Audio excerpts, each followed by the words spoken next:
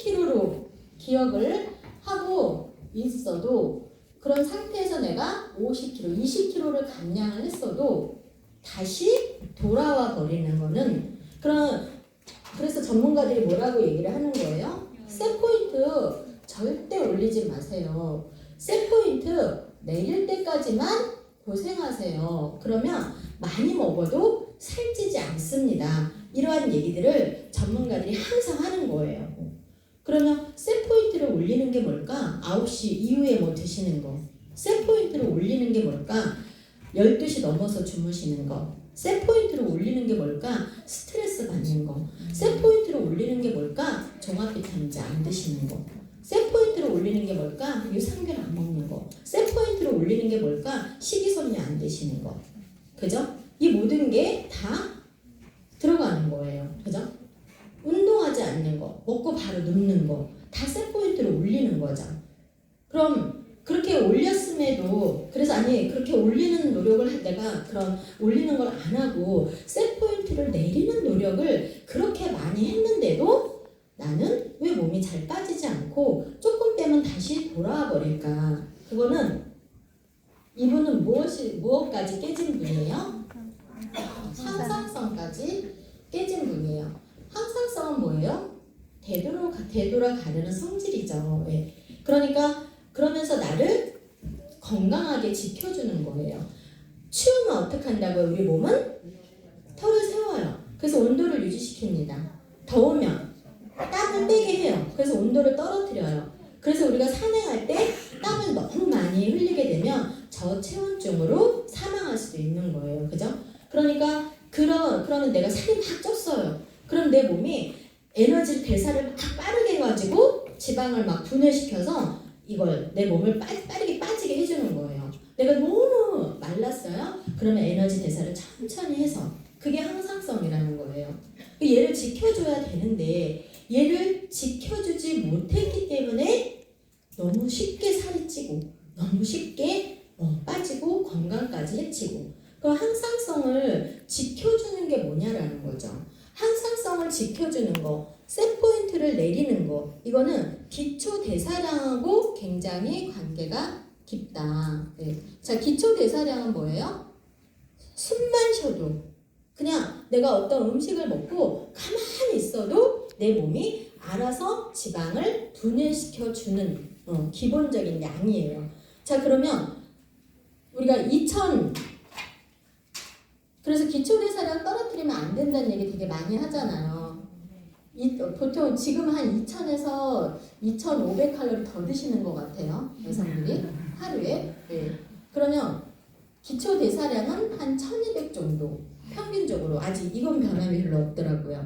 먹는 양은 더 많이 늘었는데 평균적으로 우리 몸에서 여성들이 그러면 2000칼로리를 먹었다. 그러면 1200을 가만히만 있어도 분해시킨다. 그럼 운동에서 얼마도 다 분해를 시켜줘야 돼요? 나머지? 네. 그러면 기초대사량이 떨어졌다는 게 좋은 게 아니죠. 그쵸. 분해시켜야 될 지방량은 계속 많아지고 있는 상태를 만드는 거니까. 그래서 이렇게 기초대사량이 계속 떨어지는 게 좋은 게 아닌 상황. 그리고 그럼 내 몸에 지방량이 계속 많아지는 거. 이게 요요라는 거예요. 그래서 몸무게가 과거보다 돌아온 게 요요가 아니에요. 예. 왜 그러냐면 지금 비타민 D가 부족하면 우리가 지속적으로 비만해질 확률이 되게 높다라고 했었잖아요. 우리가 몸을 뺄 때 근육량이 한번 빠지잖아요. 그러면 그 근육량을 다시 채우기란 너무 힘들고 그 근육을 대신해서 뭐가 채워지는 거예요? 지방이 채워지는 거예요. 그래서 무서운 거예요. 그래서 어떤 약을 만들 때 이렇게 음식이 당기지 않도록 식욕을 억제하는 약들이 그 부작용이 무서운 게 뭐냐면 근육을 같이 빼는 거예요. 부작용으로. 그래서 내가 과거에 1200칼로리 이거는 근육량하고도 동일한 거잖아요. 그죠? 그래서 이렇게 내가 이런 근육량을 지켜가고 있었는데 그러한 약을 병원에서 약이나 주사요법을 통해서 근육이 없어지는 소실하는 상황을 가져가면 그 다음에는 그만큼의 소실된 양만큼의 뭐가 늘어난다고요? 지방이 늘어난다고요. 예. 그래서 무서운 거라고요. 그게 요요인 거예요. 자, 그럼 항상성을 내가 지켜줘야 되는데 이게 이미 깨진 사람들은 이걸 어떻게 회복시킬 거냐라는 거예요. 이미 깨진 사람들은 이걸 회복시키기 위해서는 그래서 우리가 한번 컴퓨터나 핸드폰도 껐다 켜는 기능들이 되게 중요하듯이 사람의 몸의 기억도 껐다 켜는 내용들을 가져가는 게 해독요법인 거예요. 네. 그래서 그러한 해독을 할 때 그러면 가장 중요한 건 1차적으로는 입에서 항문까지 이렇게 연결되어 있는 얘네들은 하나의 통로로 되어 있고 얘네들은 외벽, 바깥세포라고 했어요. 그죠? 그러니까 우리가 음식을 먹으면 안쪽으로 다시 들어와서 쓰여져야 되는 거예요. 이 외벽 세포가 죽고 태어나고 하는 기간이 며칠이라고 했어요? 일주일. 그죠? 네. 그래서 우리가 해독을 기본적으로 일주일 이상 하게 만드는 거예요. 해독 기간을 길게 가져갈수록 우리의 몸에 있는 나쁜 독소들이 빠져나가서 염증을 줄여서 다이어트에는 굉장히 큰 효과를 볼 수가 있겠죠. 그래서 셋 포인트를 내릴 수 있는 그러한 충분한 기간은 몇 개월일까요? 6개월. 네, 6개월이죠. 모든 의학 논문에 세포를 정상화시킬 수 있는 그러한 기간은 6개월로 보고 있습니다. 그러니까 6개월 동안 세포를 아주 최적의 상태를 만들어줄 수 있는 기간도 6개월이라고 영양의학 가이드에도 의학 논문에 대해서 지속적으로 언급하고 있는 내용들이에요. 그죠? 그래서 이렇게 셋 포인트를 그러면 우리가 이 항상성을 지켜가기 위해서 조금 우리가 해독이라고 하는 것들을 해줘야 되는데 어떠한 제품을 가지고 이 항상성을 회복시킬 거냐라는 거예요.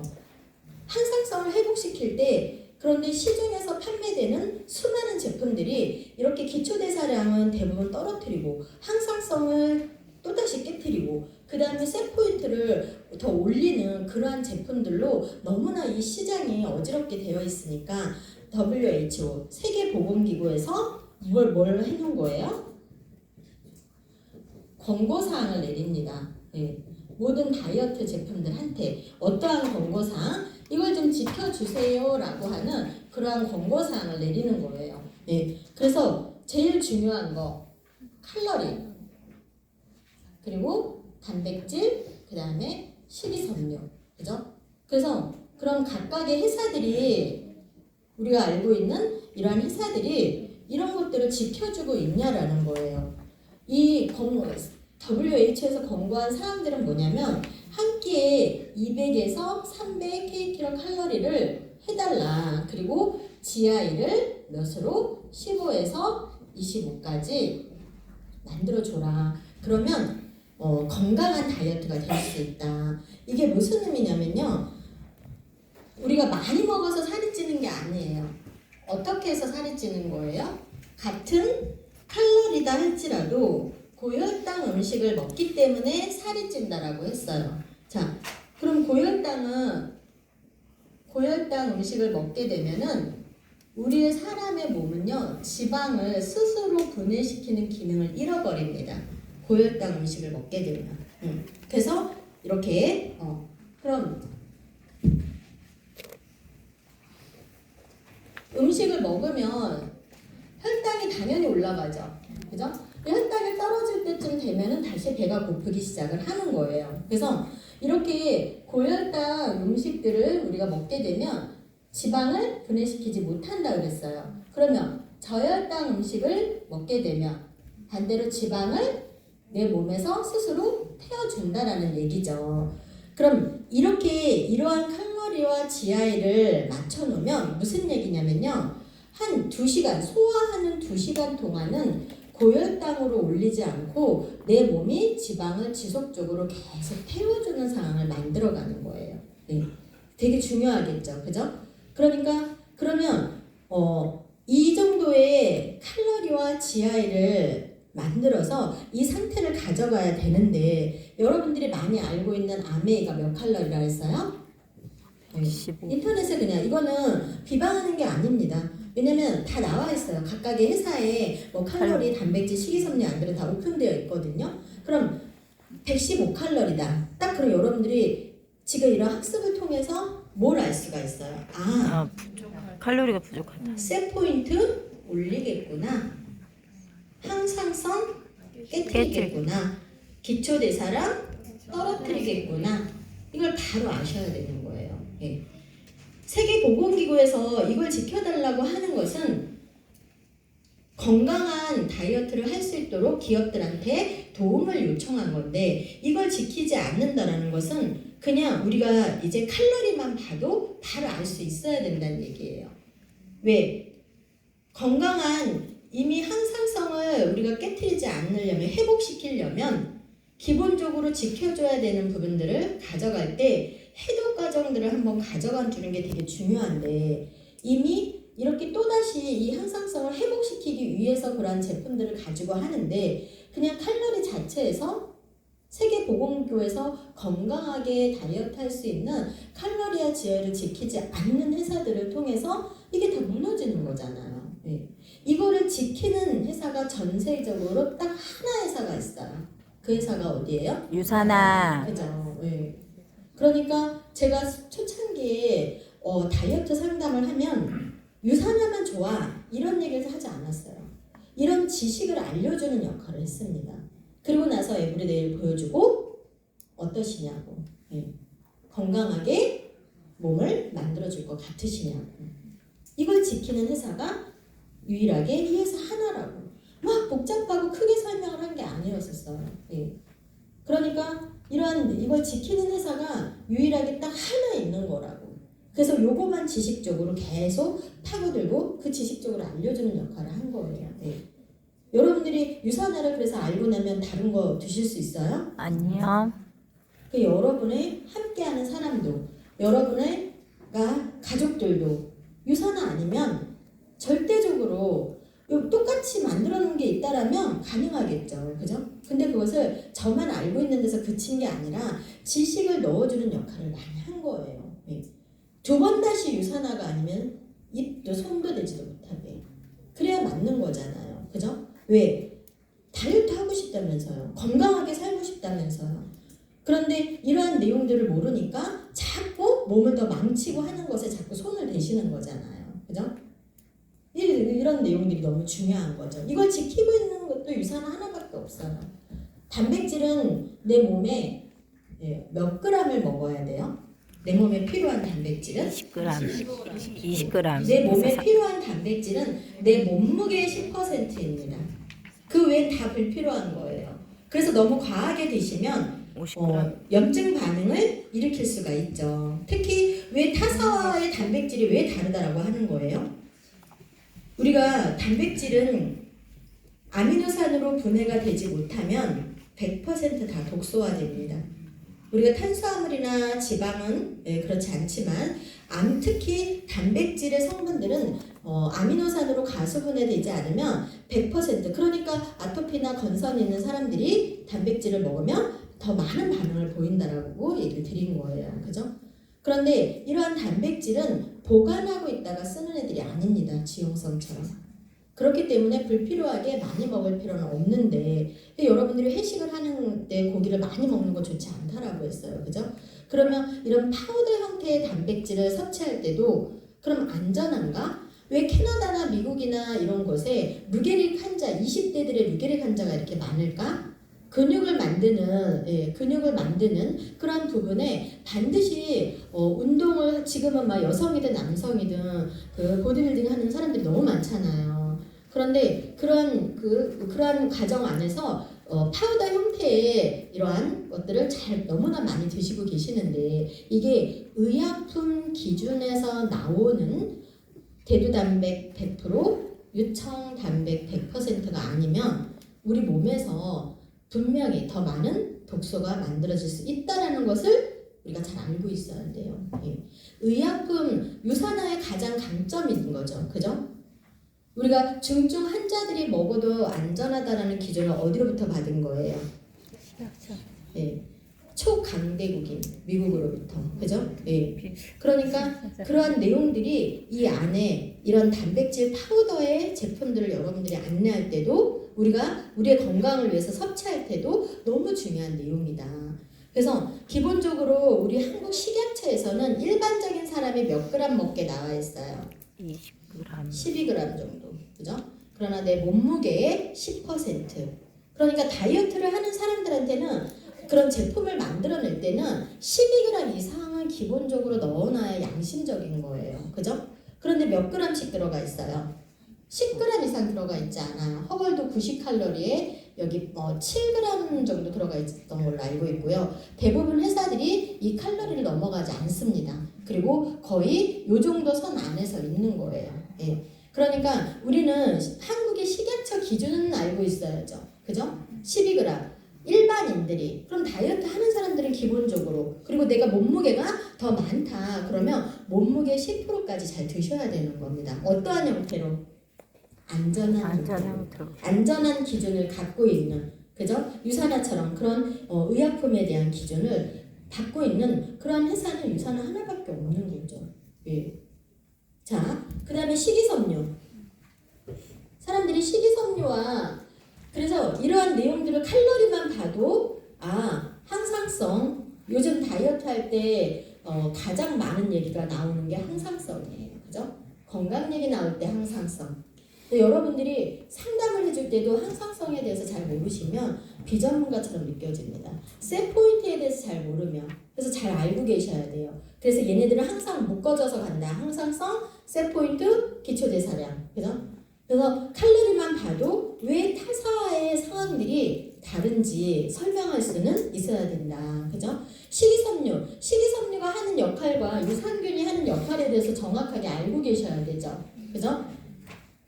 내가 유산균 먹고 변 잘 봤다. 그러면 좀 저렴한 식이섬유를 드시는 저렴하다고 하니까 타사 얘기를 하는 게 아닙니다. 유산화 안에서도 식이섬유와 유산균의 가격을 보면 식이섬유가 가격이 좀 더 낮잖아요. 그죠? 예. 식이섬유 아무거나 막 드시면 큰일 나죠? 왜? 장벽을 다 헐어버릴 수도 있어요.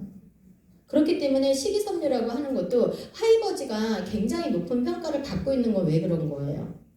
거기 안에 이눌린이라고 하는 아주 고가의 그죠? 프리바이오텍이 같이 처음부터 넣어놨기 때문에 그런 거예요. 특히 이눌린이라고 하는 성분은 장벽을 보호할 수 있는 놀라운 성분이기도 합니다. 또 유산화의 식이섬유가 좋은 것은 불용성과 수용성을 같이 잘 배합해서 만들어 놨기 때문에 장벽에 무리를 주지 않는 거예요.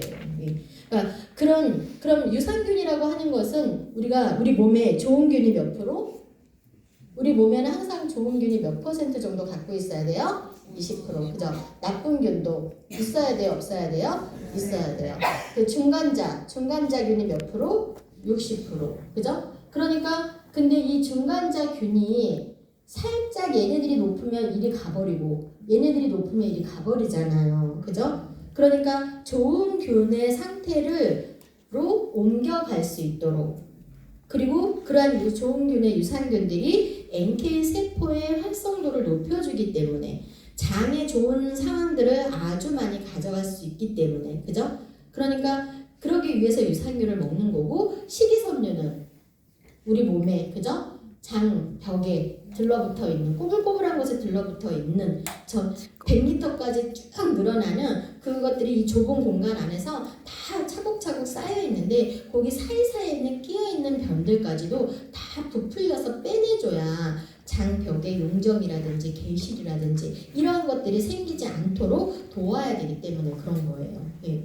그래서 이러한 식이섬유가 한국의 국가에서 그 기준이 과거에는 5g이었습니다. 그러다 보니까 이런 회사들이 아직도 여기에 4.5g 막 말도 안 되는 이러한 그램수들을 아직도 가져가고 있는 거예요. 지금 한국에 지금 12g까지 그죠? 올라갔죠. 그죠? 9g에서 그러면 이러한 내용들 우리가 이러한 것들을 얼마나 턱없이 지켜가고 있지 않는 걸 보셔야 된다는 거예요.